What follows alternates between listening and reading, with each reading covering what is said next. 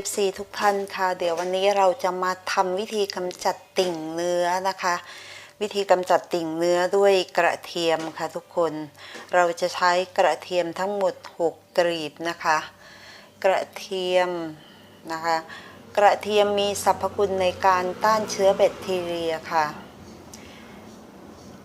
และก็ยังช่วยให้ติ่งเนื้อค่อยๆแห้งลงจนหลุดออกนะคะเดี๋ยวเรามาดูวิธีทำกันเลยนะวิธีทำก็ไม่ยุ่งยากนะคะถ้าหากว่าใครมีที่ขูดแบบว่าได้ละเอียดก็ใช้แบบขูดนะคะแต่วันนี้ของแขกจะใช้ไอ้ที่หนีบกระเทียมนี่แหละค่ะใครไม่มีแบบนี้ก็ไม่ต้องไปซีเรียสนะคะจะใช้สับให้ละเอียดก็ได้นะคะหรือว่าจะใช้ไอ้ที่ขูดนะขูดเอาก็ได้นะคะเราจะใช้กระเทียม6กลีบด้วยการปลอกกระเทียมล้างให้สะอาดก่อนนะคะแขกก็จะใช้วิธีบีบเอากระเทียมแบบนี้ออกมาเลยค่ะวิธีทำไม่ยุ่งยากนะคะถึงกระเทียมจะรักษาติ่งเนื้อได้ก็จริงนะคะทุกคนแต่ก็ควรระมัดระวังในการใช้นะคะ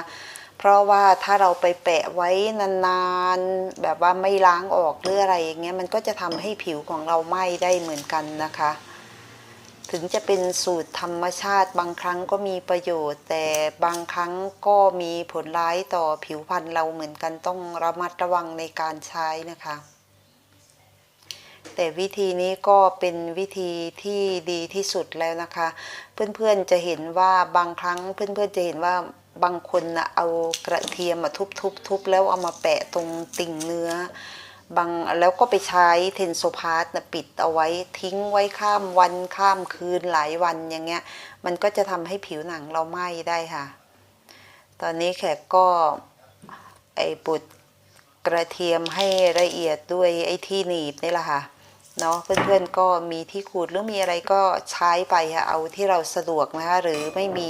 ที่ขูดก็ใช้วิธีสับเอาก็ได้ค่ะสับให้ละเอียดนะคะแต่วิธีนี้นะใครจะใช้เป็นทั้งเนื้อกระเทียมแบบของแขกก็ได้นะคะแต่บางคนเขาก็พอขูดได้กระเทียมหรือว่าสับได้กระเทียมแล้วบางคนเขาจะไปบีบเอาแต่น้ำกระเทียมนะคะแต่วันนี้แขกจะใช้ทั้งเนื้อกระเทียมด้วยค่ะทุกคน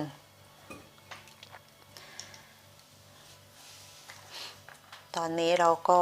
บีบกระเทียมได้เสร็จแล้วเนาะแต่เครื่องบีบแบบนี้มันก็เหมือนสับค่ะมันจะละเอียดมากเนาะ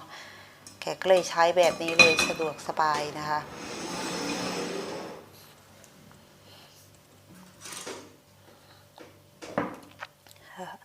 เราก็จะได้หน้าตากระเทียมเป็นแบบนี้นะคะเอาให้ละเอียดได้ยิ่งดีนะคะทุกคนแล้วเดี๋ยวเรามาดูวัตถุดิบตัวต่อไปที่จะต้องใส่ในกระเทียมที่เราขูดมาหรือบีบมาจนได้ละเอียดแล้วนะคะใช้กระเทียม6กลีบนะคะทุกคน6กลีบใหญ่นะคะวัตถุดิบตัวต่อไปนั่นก็คือเบกกิ้งโซดานั่นเองค่ะเราจะใช้เบกกิ้งโซดา1ช้อนโต๊ะนะคะตอนที่แขกมาอยู่ที่เมืองนอกใหม่ๆนี่นะเราจะเห็นว่าแม่ของสามีอ่ะเวลาเขาทำสตูเนื้อบางทีเราไปตุ๋นเนื้อนานๆแล้วเนื้อมันแข็งทุกคนแต่คนเมืองนอกเนี่ยเขาจะใช้เบกกิ้งโซดาใส่ไปน้ำซอสที่ตุ๋นเนื้อด้วยเนาะมันจะทำให้เนื้อยุ่ยนะคะแต่ที่ในส่วนผสมตัวนี้มันมีเบกกิ้งโซดาเราก็คิดว่าเอามาผสมแบบนี้แล้วไปแปะตรงติ่งเนื้อเนี่ยมันจะหลุดออกได้ง่ายนะคะส่วนผสมตัวต่อไปเราก็จะใช้น้ำมะนาวนั่นเองค่ะใช้น้ำมะนาวนะคะน้ำมะนาวก็ในน้ำมะนาวอุดมไปด้วยกรดวิตามินซีที่มีสรรพคุณในการฆ่าเชื้อแบคทีเรียนะคะที่สะสมอยู่ในผิวหนังของเราค่ะสูตรนี้จะใช้น้ำมะนาว1ช้อนโต๊ะนะคะทุกคนใครจะใช้เป็นน้ำมะนาวหรือว่าน้ำเลมอนก็ได้นะคะเหมือนกันคือกันนั่นแหละนะคะเราก็จะใส่ลงไปในชามกระเทียมแล้วก็เบกกิ้งโซดาเลยแล้วก็จะฟองฟูขึ้นมาเลยนะคะทีนี้เราก็จะคนส่วนผสมทั้งหมดให้เข้ากันค่ะ อย่าลืมนะว่าทุกคนถ้าหากว่าไม่อยากใช้ทั้งเนื้อกระเทียมนะสามารถไปบีบเอาแต่น้ำของกระเทียมได้นะคะใช้แต่น้ำกระเทียมก็ได้ค่ะใช้กระเทียม6กลีบนะคะคนส่วนผสมให้เข้ากันวิธีทำก็ไม่ได้ยุ่งยากอะไรนะคะทุกคนก็ลองเอาไปทำใช้กันดูแต่ว่าถามว่าทาแล้วแปะไว้แล้วนะติ่งเนื้อหลุดไหมหลุดแน่นอนนะคะหลุดแน่นอนแต่ก็ต้องทาบ่อยๆนะคะคนส่วนผสมให้เข้ากันนะคะ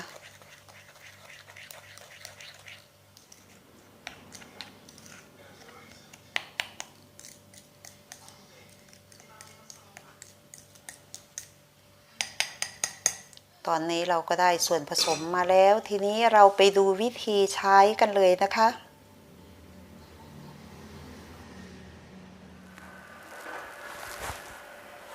สวัสดีค่ะสวัสดีค่ะทุกท่านค่ะหลังจากที่เราทำวิธีกำจัดสูตรกำจัดติ่งเนื้อเสร็จแล้วนะคะทุกคนเดี๋ยวเรามาดูวิธีใช้กันนะคะเดี๋ยวมาดูวิธีใช้กันว่าเราจะต้องใช้ยังไงก่อนอื่นเราก็ต้องมีคัตเติ้ลบัตนะคะทุกคนคัตเติ้ลบัตแล้วก็เทนโซพาสค่ะนะคะมีคัตเติ้ลบัตแล้วก็เทนโซพาสนะคะทุกคนเราก็จะใช้คัตเติ้ลบัตนี่แหละค่ะนะคะเราก็จะใช้คัตเติ้ลบัตนี่เอามาจุ่มกับไอ้นี่ค่ะมาจุ่มกับสูตรที่เราทำไว้นะคะเอามาจุ่มกับสูตรที่เราทำไว้แล้วทุกคนก็เอาไปทาตรงติ่งเนื้อนะคะทุกคนเอาไปทาตรงติ่งเนื้อแล้วเราก็จะทาเป็นเหมือนแบบอย่างนี้แหละค่ะเอาไปทาแปะตรงติ่งเนื้อไว้นะคะเอาสูตรนี้ไปทาแปะตรงติ่งเนื้อไว้แบบนี้นะคะทุกคนทาแปะไว้แบบนี้เนาะแล้วทาไปเยอะๆเลยนะคะเพราะว่าสูตรเรามีเยอะค่ะนะคะแล้วก็พอทาเสร็จแล้วเราก็เอาเทนโซพาสนี่แหละค่ะนะเอาเทนโซพาสนี่แหละแปะนะคะเอาเทนโซพาสแปะอันนี้แขกทำให้ดูนะเอาเทนโซพาสแปะตรงที่เราเอาสูตรใส่ไว้ทาไว้นะคะแล้วก็แปะแบบนี้เลยนะคะทุกคนแปะทิ้งไว้แบบนี้เลยนะคะนี่แหละเราต้องทำบ่อยๆนะคะทำเท่าที่เรามีเวลาค่ะจนกว่าติ่งเนื้อจะหลุดนะคะทุกคนเป็นวิธีธรรมชาติเนาะก็แนะนำให้ทุกคนทำใช้นะคะลองทำใช้ดูมันเป็นสูตรธรรมชาติเนี่ยเราไม่ต้องไปหาหมอให้ตัดออกหรืออะไรให้ยุ่งยากเลยนะคะนี่